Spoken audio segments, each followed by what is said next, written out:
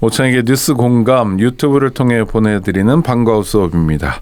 변희재 미디어워치 대표 고문 오셨습니다. 다시 한번 인사. 예, 안녕하십니까. 네. 예. 자, 윤핵관과 윤석열 대통령은 정계 개편을 시도하겠지만 마음대로 안 될 거다. 가장 중요한 이유는 윤석열 대통령에 대해서 비호감을 넘어서 뭐라고 표현할까요? 비토층, 절대 비토층이 60%, 절대 비토 60%라는 거죠. 60%니까 안 된다. 네. 그러니까 예전에 이제 지지율이 낮았는데 정계 개편에 나름 성공했다고 보는 게 3당 합당 아닙니까? 네. 그러니까 노태우 대통령하고 그때 지지율이 낮을 수밖에 없었죠. 이 야당 3당이 이제 네네. 다수였으니까. 근데 네. 그 당시 노태우 대통령에서 이런 절대 비호층은 아니었거든요. 그렇죠. 주로 네. 물태우라는 거기 때문에 네네. 적당하게 좀 거리뒀었는데 그래서 3당 합당 때 지지율이 좀 올라갔었죠. 3당 합당에서. 근데 과연 제가 볼 때 이 윤핵관들 중심이 되는 그리고 나름 어쨌든 뭐 국민적으로 좀 평가가 좋은 유승민계를 쫓아내고 이 나름 윤핵관이 주도하고 이쪽에 이른바 민주당의 좀 기득권 세력이요. 그러니까 좀 중진들 기득권 세력. 네. 그럼 양당의 기득권 세력들이잖아요. 이 중심으로 합당을 하고 정계 개편했을 때 더군다나 이건 윤석열 당이에요. 그게 어떻게 지지율이 올라가겠습니까? 생각을 해도. 총선 때 뭐 스코어가 좋지 않을 것 같은데요. 지금 30%보다 더 떨어질 수가 있는 게 네. 아까 말씀드린 대로 지금 윤석열 대통령이 착각하는 게 그 30%가 콘크리트가 아니라는 거를 네. 본인은 콘크리트로 믿고 있는 것 같아요. 근데 이 사람들은 이른바 좀 융통성 없는 좀 모수거든요. 네. 근데 저쪽에 있는 예를 들면 박용진이라든지 서른이라든지 이렇게 합당했을 때 과연 보수층이 버텨갈 거냐. 그것도 장담 못하는 거예요. 아니 박용진 의원이 지역구가 강북구죠. 강북구인데 윤핵관하고 합당을 할까요? 가능성 제로 아닐까요? 자기 지역구 기반이 그렇잖아요. 무슨 송파 쪽이거나 이러면 혹시 모르지만 본인들 생각에는 네. 이제 뭐 저희들이 이제 이른바 범민주당 지지표는 많이 갖고 있으니까 플러스 알파 보수표 하면은 된다 생각하는데 네. 민주당 지지층 표도 가져갈지 모르겠지만은 예를 들면 보수층이 박용진을 찍는다? 그분 민노당 때부터 네. 사실 이석기 씨, 구명운동도 보수가 안 맞거든요. 네네. 그런 사람이 한두 명이 아니에요, 지금 저쪽에. 그런데 굳이 박용진 의원을 언급하신 이유는 무슨 근거가 있습니까? 박용진 의원이 가장 강력하게 어떻게 보면은 지금 이재명 구속에 지금 물꼬를 트고 있고, 물꼬를 터주고 있고, 네네. 조중동이 가장 좋아하는 정치인이에요. 박용진 의원은. 그래서 저는 한 3년 전인지만은 문재인 정권 때지만은 3년 전에 제가 신동아에서 정말 깜짝 놀랐는데 네. 박용진 의원이 차기 보수 대통령 뭐 이런 기획 기사가 난 적이 있어요. 그래서 제가 박용진 의원이 민노당이었는데 어떻게 네. 보수 대통령? 그러니까 여기서 좀 큰 그림이 있구나. 뭐 그때부터 좀 생각을 했었습니다. 그렇군요.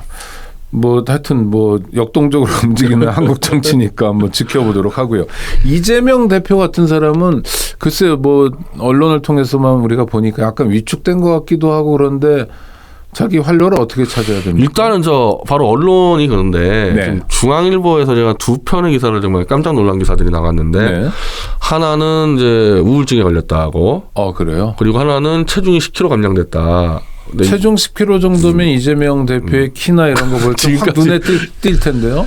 지금까지니까 조금 감량은 된 것 같아요. 10kg 모르겠는데. 근데 자꾸 이 야당의 리더와 더군다나 이제 이 정권이 검찰 정권인데 네. 자꾸 이렇게 약한 모습이 기사화되면은 바로 지금 우리 앵커님처럼 지지층이나 국민들이 불안하게 보거든요. 네. 이거 정말 치명타죠. 치명타. 근데 저는 그런 데 대해서 조중동의 공작도 있다고 봐요. 계속 그런 식으로 하고 중앙일보나 연재를 하고 있거든요. 이재명계 이제 흔들린다 이렇게 해가지고 네. 거의 정치 공작 수준이 기사가 보면은 공작 수준인데 근데 어쨌든 야당 당대표는 그거 이겨내야 되거든요. 네. 싸워서 이겨내야 되는데 제가 생각했을 때는 김용이 구속됐을 때 그때 전면 보이콧하고 정진상 실장은 출두하면 안 됐었다고 봐요. 저는. 정진상 씨는 체포됐던 거 아닌가요? 체포영장이 네. 직접 출두할 때니까 체포영장을 거둬달라 그래서 네, 그렇게 됐는데 이미 김용 구속될 때 유동규의 말만으로 구속이 됐거든요. 네. 그리고 그렇게 주장을 했잖아요. 이재명 대표 쪽에서. 네. 그러면 정진상 마찬가지 경우인데 그럼 그때부터 출두하지 말고 그냥 거기서 체포해서 데려가라. 난 수사 의하지 않겠다. 끌려가라 하고 아니 또 끌려 안 가는 경우도 있는 게 예전에 뭐 사례들이 저 이인재 의원하고 하나갑 대표 뭐 젊었을 때 얘기지만은 가스통 세워놓고 뭐 잘 안 끌려갔어요. 그냥 버티고 하나갑 대표도 무한 시간에서 지지자들 한 1,000명 끌어올려가지고 당사에서 막고 있어가지고 못 잡아갔었거든요. 저는 지금 그 사람들이 했던 것보다도 검찰 수사가 훨씬 편파적이라고 보거든요. 아니, 증거가 하나도 없어요. 검찰발 기사를 보더라도. 검찰발 기사는 검찰이 제일 유리하다고 쓴 기사 아닙니까? 그 검찰발 기사에도 증거 하나도 없이 전부 다 유동규 발언밖에 없는데 그럼 이거를 국민에게 설명하고 이거는 완전 조작 날조다 그러면서 정진상 실장부터 막았어야 된다고 보는데 정 실장이 이제 끌려가지 않았습니까? 저는 이재명 대표는 어떻게 할 거냐는 겁니다. 이제 검찰이 소환 왔을 때 어떻게 할 거냐는 거예요. 본인 우리 변 대표님이면 어떻게 하실 것 같아요? 가면 안 되죠. 출동 안 되고 나는 모든 검찰 수사를 믿을 수 없다. 그냥 기소해라 그럼 내 재판에서 알아서 하겠다. 아니면 특검하든지 이렇게 하고 그냥 버티면은 이미 국민들이 이재명 대표의 지지율보다도 윤석열 대통령에 대한 신뢰가 많이 떨어져서 그러니까 검찰을 믿냐 이재명 믿냐 했을 때 여론 6대4로 나오고 있어요. 이재명 대표 쪽이 유리하게. 이재명 대표를 믿는 여론이 훨씬 높죠. 예, 높죠. 그게 이재명 대표 믿는다기보다 검찰을 신뢰 못하는 거거든요. 그거 믿고 버텨버려야 돼요. 수사를 아예 받으면 안 됩니다. 이거. 국민을 믿고 버텨야 된다. 만만하지 않은 싸움이겠네요. 근데 야당 투사들은 그 예전에 뭐 3김을 안 했습니까? 3김 정도가 아니라 아까 얘기했던 하나가 이인재 정도도 그렇게 했었거든요. 그 정도는 해야죠. 야당 투사는. 그 정도는. 그 정도 못하면 야당 당대표하면 안 되는 거고. 그거 중요한 얘기네. 그 정도 아니면 야당 당대표. 아니 그리고 사실 이제 막말로 그 3김이 싸웠던 상대들하고 지금 윤석열하고 하면 대통령하고 비교하면은 그때는 고문하고 했었잖아요. 뭐 잘 아시겠지만 여기는 잡아가는 것밖에 더 합니까? 더 세게 싸워야죠. 예전에는 고문까지 했지만 때리고 뭐 지금 고문하고 고문은 할 수 없으니 잡아가두는 것밖에 안 하잖아요. 여기는. 그 이제 제가 이제 유튜브만 하는 거서 그런데 저희 같이 촛불 퇴진 집회하는 우리 동료들 뭐 안진걸 소장, 김용민 이사장 지금 계속 흘러나와요. 저쪽 정부 쪽에서 이제 민주당을 쑥대만 만들면은 촛불이 남잖아요. 그럼 촛불의 이제 이 주역들 다 잡아간다. 그때 이제 우리는 잡아갈 테면 잡아가라. 때리지 않는데 뭐. 맞는 건 아니니까 그런 자세 그런 자세를 갖고 있어야 되는 거죠. 맞아요. 저 유시민 전 장관도 그런 얘기. 뭐 고문하는 시절도 아닌데 뭐 그렇게 쫄게 뭐 있냐. 그래서 누군가 이제 끌려가면은 다른 사람들이 한 발 더 띄워주고 그렇게 스크럼 짜서 버티면 되거든요. 스크럼 짜서 버틴다. 좋습니다. 대장동 얘기를 좀 더 하다가 다른 얘기로 좀 가볼게요. 가장 중요한 건 그 유동규 씨의 진술이었잖아요. 그럼 진술이 변화된 거 아닙니까? 이 포인트 또 남욱 변호사란 분의 진술 변화도 포인트인 것 같고요. 어떻게 보셔요? 지금 대장동뿐이 아니라 지금 잠깐 이제 잠수를 타는데 이것도 아마 제가 볼 때는 또 들어 올릴 겁니다. 성남 FC 뇌물 사건도 진술이 바뀌고 있어요. 기업들이 처음에는 차발적으로 냈다 그랬는데 강요해서 냈다로 지금 다 바뀌고 있습니다. 특히 이제 두산건설에서의 성남시 관계 문제를 두산 본사를 압수수색 들어갔거든요. 그러면서 진술이 확 바뀌고 있어요. 그러니까 지금 이 윤석열 무리들의 수법이 증거를 못 찾아요. 무능한지 아니면은 결백한 걸 억지로 해서 그런지 증거를 못 찾고 예전부터 수사할 때마다 누구를 잡아 넣어서 거기서부터 증언을 바꾸고 이렇게 해서 하는 수사 수법이거든요. 그러니까 유동규가 지금 감옥 간 지가 1년 가까이서 지금 나오지 않았습니까? 1년 동안 감옥에 있는 사람이 진술을 바꾸고 석방이 됐습니다. 그건 김만배는 아직까지 바꾼 건 없는데 유동규하고 남욱 그런 진술은 믿으면 안 되죠. 그런 진술은 원래 바로 잡히자마자 바뀌어도 문제가 되는데 이 사람들은 1년 동안 감옥에 있다가 1년 만에 바뀌었어요. 포섭 상태이기 때문에 진술의 신빙성이 없다. 그리고 원래는 이 재판이 시작되면요. 검찰이 부르면 안 되는데 이 친구들은 계속 불러요. 윤석열과 이 한동훈 집단은. 재판하고 있는 피의자를 계속 불러대가지고 협박하는지 회의하든지 한 번만 불려갔다 오면은 진술 바뀌거든요. 이게 박근혜 대통령 국정농단 수사할 때도 똑같았단 말입니다. 이게. 일종의 수사 기법 같은 하나의 패턴을. 이건 불법이죠. 불법. 불법이요. 수사 기법이 아니고 증거를 못 잡으니까 사람을 협박해서 증언을 바꿔내고 있거든요. 지금. 그런데 그럼 유죄를 받을 수 있을까요? 유죄가 나오면 안 되죠. 이런 걸로. 그러니까 제가 알고 있는 선진국에서는요. 진술 가지고는 유죄를 못 때립니다. 그렇죠. 증거가 근데 이거는 뭐 진술도 증거이긴 하죠. 근데 증거로 가치가 이제 울증하고는 비교가 안 되는데 그 일반 증언도 아니고 바뀐 증언, 그것도 1년 만에 바뀐 증언 가지고는 네. 처벌하면 안 되는데 지금 영장을 발부해 주지 않았습니까, 법원이. 네. 그러면은 1심까지는 유죄로 간다는 얘기예요, 이거는. 그렇습니까? 영장을 발부할 때 제일 순위가 뭐냐, 네. 범죄 사실이 소명돼야 된다는 건데 영장 발부하는 판사가 유동규의 반복된 짓을만 가지고도 범죄 사실이 소명됐다고 인정해버린 거거든요. 네. 그럼 이건 1심까지 유죄 간다는 얘기예요, 이렇게 하면. 알겠습니다. 그러면 실제로 대장동의 실체에 대해서는 어떻게 파악하고 계세요? 아니 원래는 지난 대선 때 왜 쌍특검 얘기가 나왔냐면은 네. 두 축이었어요. 이재명 시장이 움직였던 부분이 있고 네. 박영수 씨가 움직인 부분이 있었단 말이에요. 그게 네. 그게 사라졌어요. 박영수 쪽이 뭐 했는지 수사가 완전 사라졌습니다. 네. 그게 이제 민주당 얘기하는 거는 예전에 대검 중수부장이었고, 예 거기서부터 네, 해가지고 이제 특검 윤석열 됐던 대통령이 박영수. 이제 그 네. 부산저축은행 그거를 이 박영수 쪽이 이제 그 사람을 봐주면서 수사를 무마하고 네. 요 박영수와 연관된 이제 윤석열 대통령까지 포함된 이게 절반이었는데 이 수사를 중앙지검에서 이 이른바 박영수 특검 라인들 그 당시 박근혜 국정농단 했던 박영수 특검 라인들인 강백신 등등으로 교체가 되면서 박영수 쪽에 대한 수사를 완전히 중단했다는 거거든요. 네. 그러면 일단 절반 이상이 지금 안 보이는 거지 않습니까? 한쪽만 보이고 있지 않습니까? 네. 그러니까 이 자체 수사가 이제 편파죠. 이게.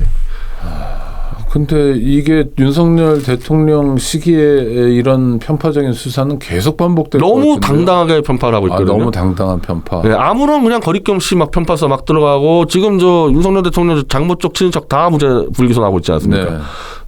누구 한두 명 정도는 잡아주는 그 쇼가 있어야 되는데 그것도 없어요. 예. 완전히 막 나가는 수준이니까. 그건 자신감이라고 봐야 되나요? 자신감이라기보다는 그게 이제 검사들의 한계예요. 네. 이 정치라는 거를 해본 적이 없다 보니까 그냥 검찰하듯이 하는 겁니다. 그냥 국민 신경 안 쓰고. 네. 자기들 원래부터 검사 때 밀실에서 일을 하니까 자기들 마음대로 뭐 증언도 바꾸고 증거도 조작하고 자기 아는 사람 봐주고 자기 싫어했던 사람 보복하고 그 짓을 그냥 대통령 되고 하고 있는 거예요 지금. 그건 자신감하고 전혀 다르고 네. 난폭함하고도 다르고 솔직히 무식해서 그런 게 많아요. 무식해서. 예. 세상 물정 무서운지 모르고 막 하고 있는 겁니다. 세상 물정이 무섭다면 어떻게 무서운 걸까요? 저렇게 하면 진짜 큰일 난다는 걸 모르는 거죠. 그렇게 따지면은 윤석열보다는 정치 경력이 비교가 안 되는 사람들이 많이 있었습니다. 그리고 네. 그 어떻게 보면 권력 장악 잘했던 사람들이 뭐 이명박도 있었고, 네, 김대중도 정치 경력 꽤 있었고, YS가 됐죠. 얼마, 네. YS가 구단이죠, 정치 보복을 제일 많이 했던 사람인데도 이렇게까지 안 했다니까요. 네. 그럼 그 사람들은 윤석열보다 뭐 담력이 약해서 안 했겠어요? 이렇게 하면 안 된다는 거를 정치 구단들이니까 아니까라는 거거든요. 이 정권을 모르는 거예요. 그러면 후폭풍이나 대가도 만만치 않을 것 같은데. 심각할 겁니다. 예, 심각할 거예요. 저는 그래서 그 정권 유지 못할 거라고 봅니다. 이렇게 가면. 그럼 국가적으로는 굉장히 낭비잖아요. 그건 빨리 끊어내려야죠. 그러면. 국가적 낭비를 막으려면 빨리 끊어내려야죠. 끌어내린다고 해서 생각나는 사람이 있습니다. 오늘이 기일이었는데 이상민 행안부 장관 오늘까지 파면해라 이런 게 민주당 야당의 요구였죠. 이것도 네. 정상적인 정치를 하는 정권이면 있을 수도 없는 얘기가 네. 이분은 일단 이 이태원 참사 다음 날에 완전히 헛소리를 했잖아요. 네, 소요 얘기를 했어요. 완전 헛소리를 했어요. 이 부분은. 더군다나 평소보다 많은 인파가 몰린 것도 아니라는 거짓말까지 해놨습니다. 네. 그 자체로 해임이 됐어야 되는데 아직까지 있는 게 이상한 거거든요. 이거는. 그러니까 지금 무슨 국정조사를 해서 이상민 장관의 책임 있냐 없냐 따지기 전에 다음 날 어떻게 보면은 행정안전의 총책임자가 거짓말을 했고 유족들에게 그냥 막말을 퍼부은 거거든. 네. 소유를 한 적이 없죠. 그거는 불법인데 소유는. 그렇죠. 네. 이것만으로 이미 날아갔어야 되는 사람이죠. 이거. 버티는 이유는 대통령의 뒷배겠죠. 저는 일단은 대통령이 그 무슨 뭐 추한거 선후배를 떠나서 네. 본인도 실제로 그런 식의 말들을 많이 하다 보니까 뭘 잘못했는지 모르고 있을 가능성이 높아요. 그래요? 그게 뭐가 문제냐 이런 생각할 거란 말입니다. 아마. 아니 본인도 다음날 가가지고 만약에 본인이 그 당일날 그렇게 7번의 지시를 내리고 보고를 받았으면요. 어떻게 참사 현장 가가지고 뇌진탕으로 죽었냐 이런 말을 합니까? 네. 본인도 그런 말을 하기 때문에 뭘 잘못했는지 모르는 거죠. 이분은. 그러면 끝까지 감쌀 거라고 보시는 거예요? 끝까지 감사하다가 네. 이런 건 있을 겁니다. 이 사람들이 뭐 옛날에 무슨 뭐 정권 한번 만들려는 사람들은 뭐 김대중, 김영삼 말할 것도 없고 이명박, 박근혜 정도까지만 하더라도 문재인 대통령 마찬가지인데 최소 10년, 20년 동지들하고 정권을 잡아요. 네. 그렇게 할 수밖에 없지 않습니까? 근데 윤석열이라는 집권 세력은 1년 만에 그냥 잡아버렸습니다. 그렇죠. 그렇죠? 네. 정치적 동지가 없어요. 정치적 동지가 없으니까 챙겨줄 사람도 없어요. 사실 따지면은. 그러니까 이상민 장관하고 충암고 서울법대라는 거 말고 뭐 무슨 큰 관계가 있었겠어요, 이 사람들이 이거. 네. 가다가 어느 순간에 오히려 그냥 던지겠지. 예, 윤석열 대통령. 만약에 이제 이걸 심각한 상황까지 왔다 그러면요. 본인이 이상민 장관을 해결한 것처럼 포장해서 던지겠죠. 네. 이상민 장관의 거치는 그럼 별로 중요하지 않다고 말씀하시는 건가요? 거치 자체는 중요한데 뭐 대통령의 선택에 따라서 쉽게 날아갈 수 있는 그러니까 과연 카드일 이게 날아가는 방식이 네. 합리적인 의견 개진을 통해서 합리적 판단으로 날아갈 가능성 없는 거고 윤석열 대통령의 개인적 사익을 위해서 날리겠죠. 날리더라도. 네. 윤석열 대통령이 개인적 사익을 위해서 하여튼 어떤 정치적 그 상황을 봐야 되겠지만 예전에 박순애 그 교육부총리도 네. 계속 버티다가 그냥 날아가지 않았습니까? 한 방에 갔죠. 버티다가. 네. 그러니까 아마 이상민 장관도 그렇게 될 거예요 아마. 네. 그러면 이상민 장관 정도에게 책임을 묻는 것으로 끝날 것 같습니까? 아니면 지금 현재로는 이상민 장관까지 못 올라오는 게 목표잖아요. 네. 서울청장까지도 못 올라오는 게 서울경찰청장 용산서장하고 네. 저 누구야 서울청장의 그 112 담당 그 네, 경감 네. 이 둘로 끝내는 게 목표 아닙니까? 그렇습니다. 지금 거기까지만 그렇게 보이세요? 네. 경찰의 특수본 수사를 통해서 그렇게 보이시는 거예요? 지금까지 나왔던 이 정권 행태는 딱 거기까지거든요. 네. 그러니까 서울청장이나 경찰청장도 이제 어쨌든 보면은 뭐 친윤핵관으로 들어가는 것 같아요. 공중에서. 그런데 이상민 장관까지 올라가려면은 서울청장과 경찰청장이 날아가야 될 거 아니에요. 네. 이 사람들 놔두고 장관 날릴 수 없지 않습니까? 네. 그러니까 날아가더라도 꽤 오랜 시간이 걸릴 거예요. 그럼 국회 차원에서 국정조사를 진행하게 되잖아요. 그러면 좀 변화가 생기지 않을까요? 그거 이제 국정조사라는 거는 이 야당이 이제 주도할 수밖에 없는데 네. 그거는 뭐 완전히 그 국회의원 개개인의 역량에 따라서 뭐 워낙 천차만별이에요. 네. 똑바로 하면은 거의 특검 수사만큼도 할 수 있는 거고 네. 똑바로 못하고 뭐 자료 제출 안 하고 증인 출석 안 하고 그냥 넘어가는 경우 허다하고 그러니까 야당 의원들이 얼마나 잘하냐에 따라 달려 있습니다. 어떻게 전망하세요? 근데 일단 분명한 거는 이 여당이 협조는 안 될 것 같다는 거죠. 네. 지금 이상민 장관 문제도 있고 아마 증인 채택에서 천공에서 이미 걸릴 거예요. 네.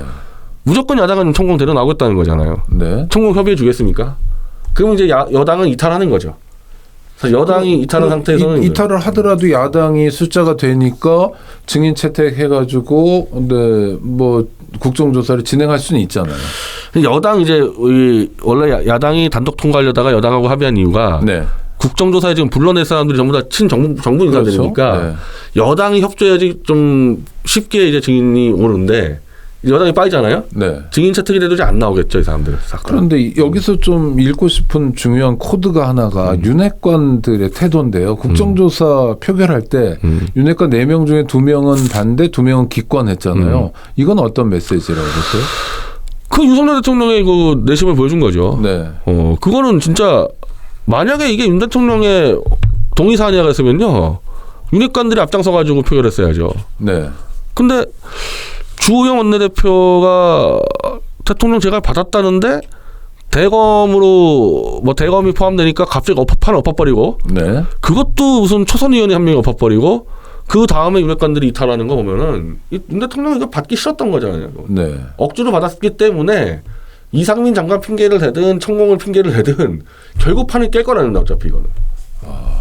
야당이 어떻게 하느냐에 따라서 조금 달라지긴 하겠지만 대통령실과 여당의 태도는 정해져 있는 것 같아요. 판을 깨고 나갈 거기 때문에 네. 아까 말씀대로 여당이 빠지면 이제 증인들이 그냥 안 나오는 수가 있어요. 안 나오는 수가. 그때 이제 이거를 국민 여론을 잘 만들어내야 되는 거죠. 근데 증인 채택을 했는데 안 나오면 형사처벌 대상이 그러니까 안 나오는 방식이 뭐 병원에 들어놓여 있든지 뭐 해외로 나가든지 네, 뭐. 네. 요번에 어디 대학 총장님들처럼 네. 각양각색입니다. 그거. 네. 그렇군요. 뭐 그런 노하우도 발달되겠네요. 자, 하여튼 겨울이 다가오고 있는데요. 지금 전국에서 우리 변 대표님 생각하시는 포인트는 뭐가 있을까요? 아주 중요한 하나의 장면을 꼽아 보신다면. 이제는 뭐 저희가 이제 내일 발표하고 이제 다음 주에 저희가 이제 윤석열 한동훈 대통령 법무장관을 고발을 하는데 네. 박근혜 국정농단 수사를 할 때 장시호 태블릿 PC가 있었어요. 네. JTBC 게 아니고 네네. 이건 알려지지 않은 건데 한 대를 더 만들었어요. PC를. 그게 이제 최서원 씨가 반환 소송에서 압도하다 보니까 그 증거 자료를 다 받았거든요. 네. 그래서 전체 파일을 다 받았습니다. 태블릿 PC 파일을. 이게 40대 홍모 여인에게 너무 명확한데 그 증거들을 다 없애버리고 최서원 거로 둔갑시킨 게 걸려버렸거든요. 네. 이게 특검제 4팀인 윤석열 대통령이 당시 4팀장 그리고 한동훈 이제 법무장관이 그 주역이었거든요. 그래서 내일 이제 이거를 최서원 씨 변호사가 기자회견을 하고 12월 7일 날 저하고 안진걸 소장, 김용민 이사장 그리고 저 최대집 이사협회장 4명이 고발을 해요. 윤석열 네. 대통령과 이제 이 한동훈을. 근데 이 건은 정권 잡아서 버린 건이 아니라 정권을 잡는 과정에서 이른바 태극기 부대가 싸웠던 탄핵대 조작 수사 문제거든요. 네. 그럼 이 건은 지금 마지막까지 떠받치고 있는 영남권 태극기 노인들 여기를 흔들 수 있는 사안이거든요. 네. 그래서 저 같은 경우는 제가 직접 이제 대구, 부산 들어가서 각종 이벤트를 통해서 널리 알릴 건데 한마디로 윤석열의 마지막 지지층을 제가 흔들는 거고 아이고.